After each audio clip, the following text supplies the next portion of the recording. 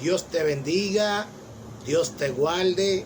Te habla tu amigo Eddie Pimentel de Jesús. Recuerda darle me gusta, activar la campanita en YouTube, también aquí en TikTok, en todas las redes sociales, para que muchos alcancen más de la palabra de Dios. Y vengo con otra pregunta bíblica. ¿Abolió Cristo la ley en la cruz? Efesios 2:15 dice: aboliendo Cristo en su carne la enemistades, la ley de los mandamientos expresado en ordenanzas, para crear en sí mismo de los dos un solo y un nuevo hombre, haciendo la paz. Para contestar la pregunta, ¿abolió Cristo la ley en la cruz?, necesitamos captar el tema de Efesios como un todo y entonces movernos en el flujo del pensamiento del contexto inmediato del texto. El tema está bien resumido en Efesios 1, 9 y 10, que declara que Dios ha revelado el misterio de su voluntad en la vida y muerte de Jesucristo. Él es el deseo de Dios que todas las cosas en los cielos y en la tierra sean reunidas en Cristo. Al detallar los componentes de esta unidad, la epístola enseña que la desunión entre Dios y la humanidad ha de ser resuelta. Las potestades malignas han de ser vencidas y la separación de hostilidad entre los seres humanos ha de finalizar. El misterio ahora revelado en el Evangelio es que los gentiles han de ser herederos juntamente con Israel. Los dos han de constituir un cuerpo y ambos han de ser copartícipes de la promesa que se encuentra en Cristo Jesús. Los gentiles llegan a ser ciudadanos. En Efesios capítulo 2, que suministra el contexto inmediato para 2:15, la gracia de Dios es exaltada como la base para la unidad de judíos y gentiles de Creta. Este pasaje comienza con una gráfica descripción de la condición alejada y sin esperanza de los gentiles. Por un lado, son llamados desdeñosamente y circuncisión por los circuncisos judíos, y por otro lado los gentiles estaban sin Cristo, alejados de la ciudadanía de Israel y ajenos al pacto de la promesa, sin esperanza y sin Dios en el mundo. ¡Qué cuadro de perdición!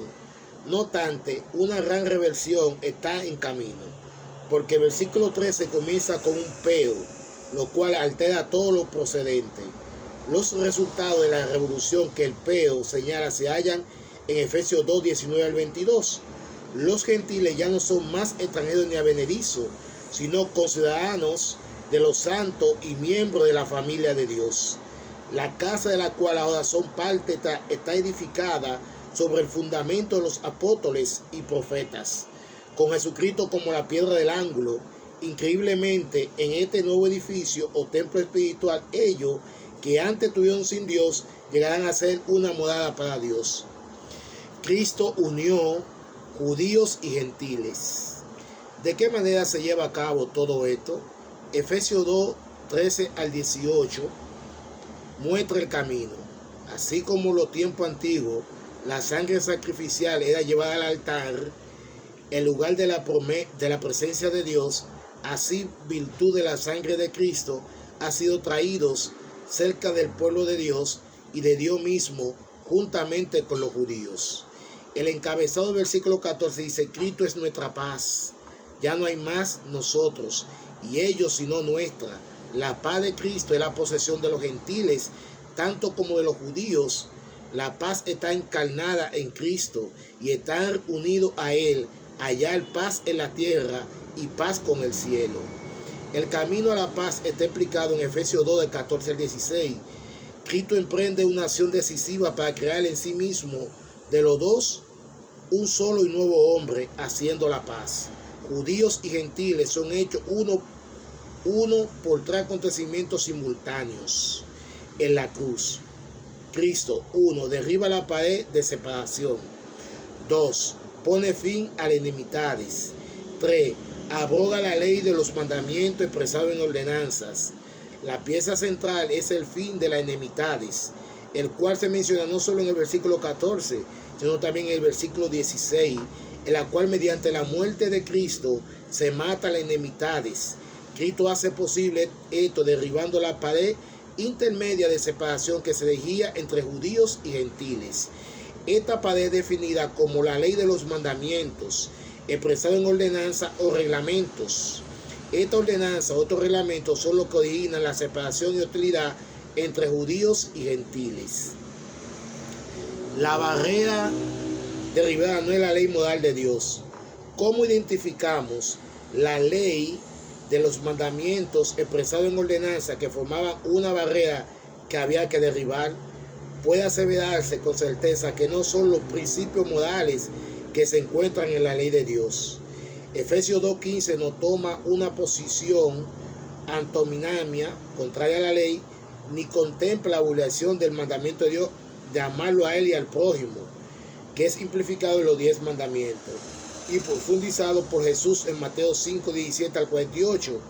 Comienza: no penséis que he venido para abolir la ley. ¿Acaso la emisión moral de la ley provocó la enemistad entre judíos y gentiles? De manera que si los principios morales fueran abolidos, el resultado sería la paz.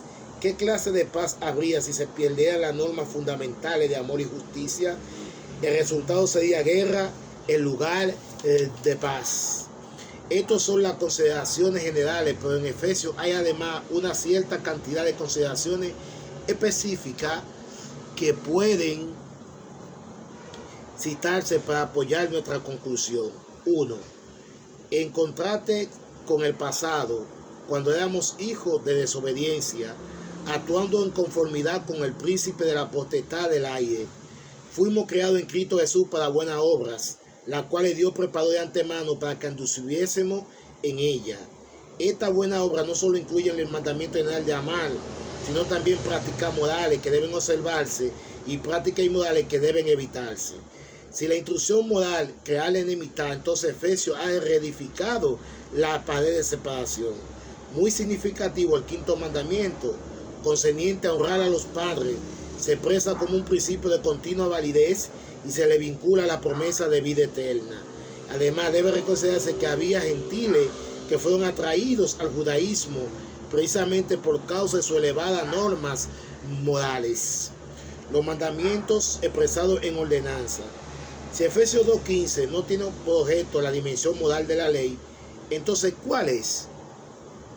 Los mandamientos expresados en ordenanza, a lo que se refiere Pablo, tiene que ver con la separación entre Israel y las demás naciones. ¿Qué eran eso que tenían los judíos que visiblemente los separaba de los gentiles? Para empezar, tenían el servicio del templo, con los sacrificios diarios regulados por las leyes ceremoniales y los preceptos judíos añadidos posteriormente, lo que muy claramente diferenciaba a los judíos de los gentiles.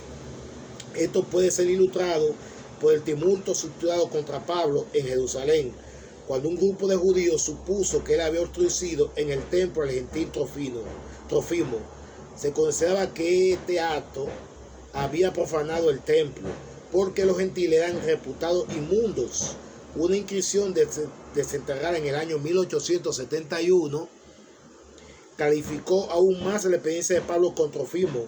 La inscripción señalaba la pared de separación entre el atrio de los gentiles y los atrios judíos.